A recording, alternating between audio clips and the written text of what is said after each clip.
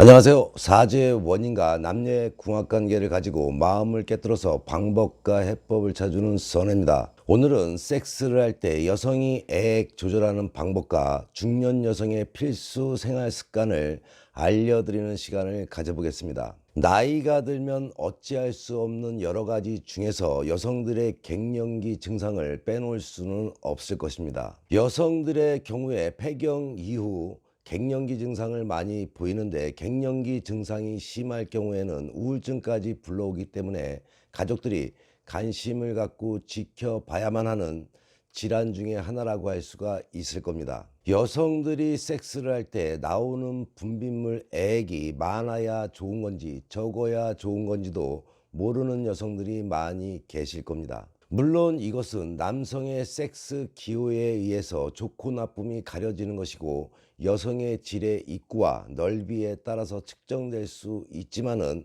그래도 여성의 분비물은 많은 것이 남성들에게는 좋은 느낌을 받게 되는 겁니다.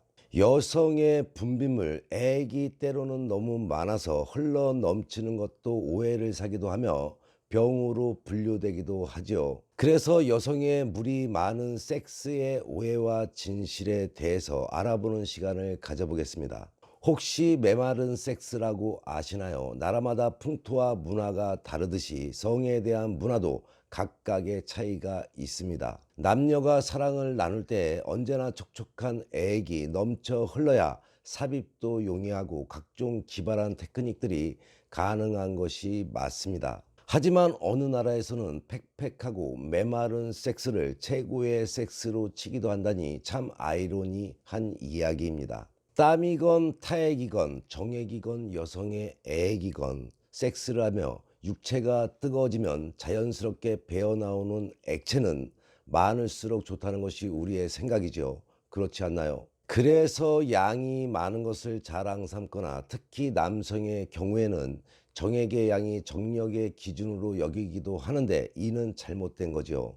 정액은 빠져나온 뒤 어느 정도 시간이 지나야 채워지는 겁니다. 여기서 남성의 양이 평소보다 적게 나왔다는 것은 어떤 형태로든 남성이 12시간 이전에 사정을 했다는 것일 겁니다. 여성분들 몰랐다면 이 기회를 통해서 아시는 시간 또한 되시기 바랍니다. 남성이 정액이 조금 나왔다는 것은 섹스 전에 자의행위를 했다던가 밖에서 바람을 피웠을 가능성이 있지요.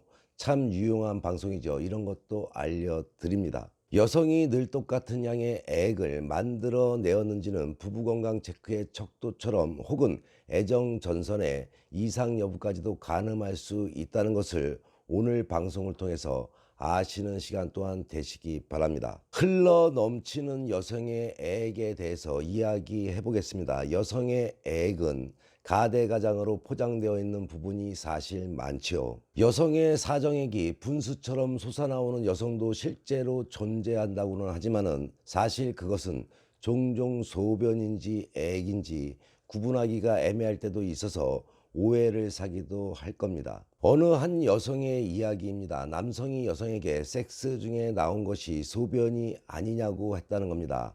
여성은 아니라고 했지만은 남성은 그래도 괜찮다고 하면서 여성을 의로를 했답니다. 그런데 그 다음부터는 남성이 오럴 섹스를 해주지 않더랍니다. 여성은 분명히 소변이 아니었는데 남성이 오해한 것이 아니라면은 여성이 느끼지 못한 것일까요? 섹스 중 남성이나 여성 모두 소변을 내는 요도는 자동적으로 막히게 된다는 것쯤은 상식으로 알고 있으시기 바랍니다. 특이한 성적 취향을 가진 이들을 통해서 종종 소변과 섹스를 한 무대에 올리고는 하지만은, 실제로 정상적인 오르가즘 상태라면은 요도 기능은 마비가 됩니다. 다시 말해서 그런 일이 가능한 것은 오직 퍼포먼스를 위해서 성적 흥분 없이 소변을 나오게 했을 거라는 거죠. 그녀가 섹스 중 딴 생각을 하지 않는 이상 의미 없이 소변을 볼 리는 없겠죠. 그 남성은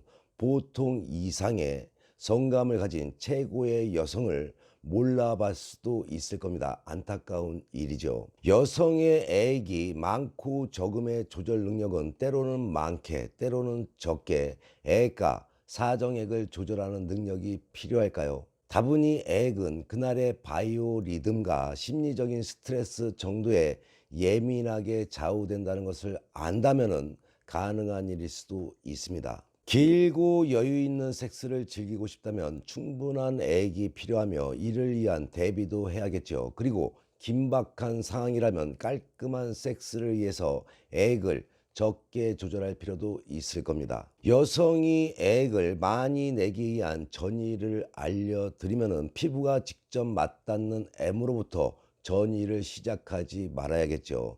천천히 무드를 익혀가고 심리적으로 먼저 흥분 상태에 이르도록 유도하는 것이 좋습니다. 남성이 여성에게 손끝 하나 대지도 않은 상태에서 액이 나올 수 있도록 하는 방법도 있습니다. 그 방법에 도움이 되는 것은 시각적인 자극, 즉 AV 영화나 애정영화, 음악 같은 것들이죠. 한두 시간 정도 여유를 두고 시청하면은 벌써 여러 번 몸속에서는 오르가즘을 일으키며 그만큼 액이 저축이 될 겁니다. 액을 적게 내기 위한 전의도 알려드리겠습니다. 스피드 섹스를 위해서는 너무 많은 액은 부담스러울 수가 있죠. 남녀가 카섹스나 야외 섹스에서 많은 액을 뒤처리해야 하는 불편도 있으며 액이 많을 때 나는 소음이 문제가 될 상황도 있기 때문이죠. 깔끔하고 스피디한 섹스를 위해서라면 남성은 오럴 서비스를 통해서, 여성은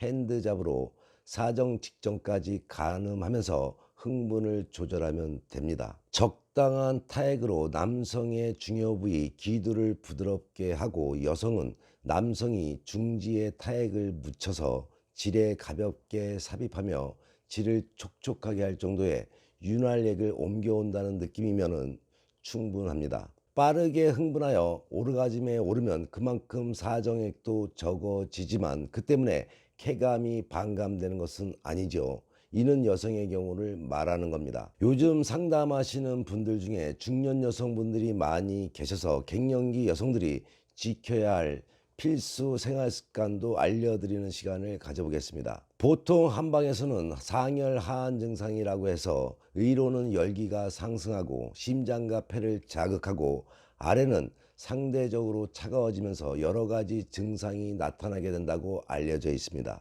상열의 증상으로는 안면홍조, 식은땀, 불안감, 초조함, 두통, 우울감 등의 증상이 대표적이죠. 하한의 증상으로는 허리의 통증이나 다리와 무릎 등이 아프고 시려서 오래 걷거나 서지를 못하는 증상을 말합니다.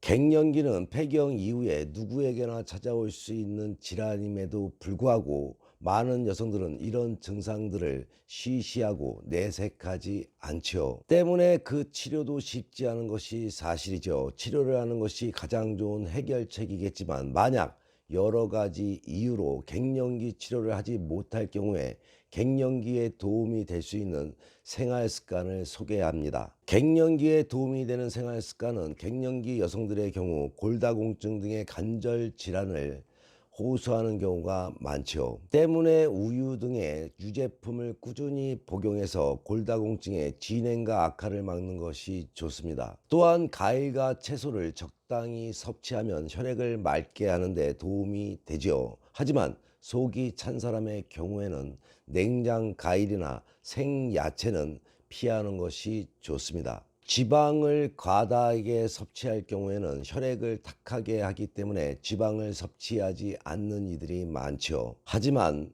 일정량의 단백질 공급은 원활하게 이루어지는 것이 좋기 때문에 육류를 섭취하되 되도록 살코기 위주로 섭취하는 것을 권장합니다. 미역이나 김, 다시마 등의 해조류를 섭취하는 것도 도움이 되겠죠. 뿐만 아니라 콩이나 된장과 두부와 같은 음식 역시 피를 맑게 하고 혈액순환을 도와서 상열감을 감소시키게 됩니다.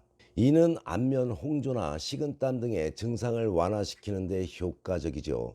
이 외에도 뼈를 악화시키는 술, 담배, 카페인의 섭취는 되도록 하지 않는 것이 좋습니다. 상열감을 해소를 하기 위해서는 제자리 뛰기나 빨리 걷기, 조깅, 수영과 같은 운동도 도움이 됩니다. 하지만 갑자기 심한 운동을 할 때는 오히려 관절에 무리가 갈 수 있기 때문에 자신의 체력에 맞는 운동을 하고 충분한 휴식 시간을 취하는 것이 좋겠지요. 남들에게 말하지 못하는 여러 가지 갱년기 증상들, 이를 빠른 시간 내에 해소하고 싶은 경우에는 치료가 가장 효과적일 것입니다. 그러나 치료할 수가 없다면 생활 습관을 개선해 보는 것은 어떨까요? 몇 가지 주의사항을 지키고 생활 습관을 조금씩만 바꿔도 갱년기 증상을 많이 완화시킬 수가 있습니다. 본인의 삶에 또는 남녀관계, 부부관계에 어려움이 생겨 도움이 필요할 때는 위에 나와 있는 전화로 선에게 상담받으시면 지혜와 해법은 물론이고